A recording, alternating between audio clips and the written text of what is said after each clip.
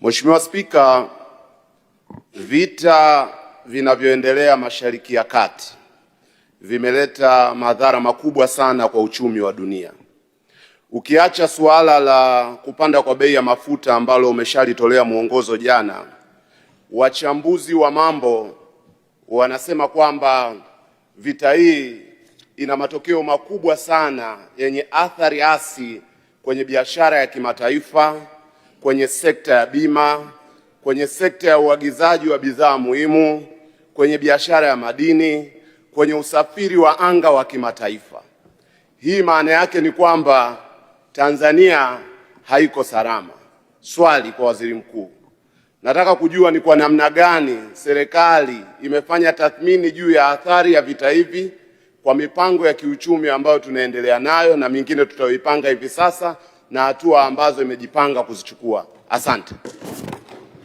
Mheshimiwa Waziri Mkuu.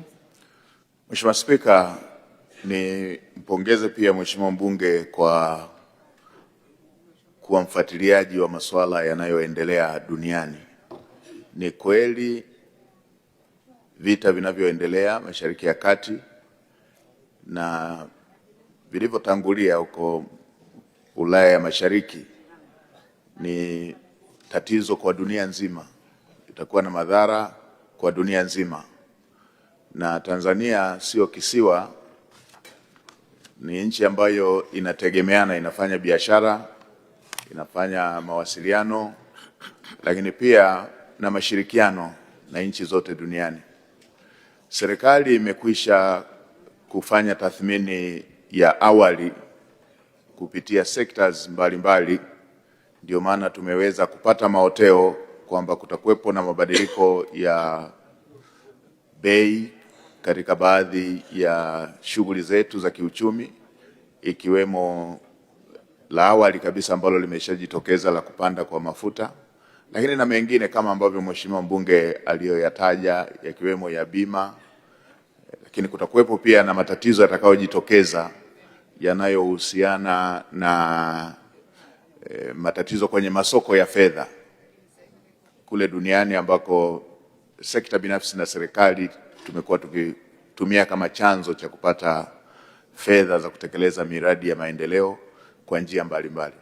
Sasa serikali katika kukabiliana na hilo, moja, tunajua tutahitaji zaidi, kama ambavyo Mheshimiwa Rais alikwisha kutoa kauli, tutahitaji zaidi kutumia rasilimali za ndani katika kuweza kuhakikisha kwamba tunatekeleza miradi ya maendeleo ili shughuli za miradi ya maendeleo ziendelee na nchi iendelee kusonga mbele. Katika baadhi ya maeneo ambayo tunatarajia kuendelea kuyaboresha, kama ambavyo nilisema na kwenye hotuba, tutaweka nguvu kubwa katika kutafiti kwenye madini, tuongeze uchimbaji, tuongeze mapato. Mheshimiwa Spika, kwa mwaka wa fedha uliopita, moja ya sekta iliyotuletea mapato mengi ilikuwa ni madini, na utaona kwamba ongezeko hilo halijatokana tu na migodi mikubwa, limetokana na wachimbaji wadogo wadogo wa Tanzania ambao wameongezeka katika shughuli za uchimbaji na wameongeza mapato ya serikali. Hata mwaka jana kwenye makadirio ya wizara walitakiwa wakusanye takriban zaidi ya trilioni 1.2. Kwa miezi hii tu kabla mwaka wa fedha hujaisha tayari walishakusanya takriban trilioni 1.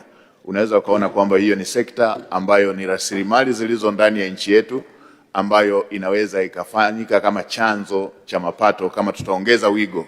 Na Mheshimiwa Spika, unakumbuka utafiti ambao ulishawahi kufanyika ni 16% tu. Kwa bado tuna fursa.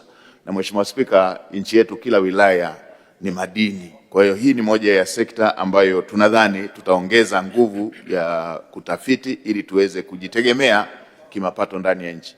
Lakini eneo lingine tunalotarajia kulifanyia kazi ni kubana matumizi. Lazima tubane matumizi katika maeneo ambayo si ya lazima ili kuelekeza fedha hizo kwenye miradi ya maendeleo. Hii ikiwa ni sehemu ya kukabiliana na hali ya dunia ambayo italeta mtikisiko katika masuala ya kiuchumi. Mheshimiwa Spika, tutafanya tathmini ya kina kwa sababu jambo hili halijakadiriwa exactly madhara yake yataishia lini na jambo lenyewe litaisha lini. Kwa tutafanya tathmini ya kina, na kwa sababu bunge lako linaendelea, tutaendelea kujulishana kuhusu hatua zipi zingine ambazo serikali inatarajia kuzichukua ili kuweza kukabiliana na jambo la aina hii. Asante Mheshimiwa Waziri Mkuu.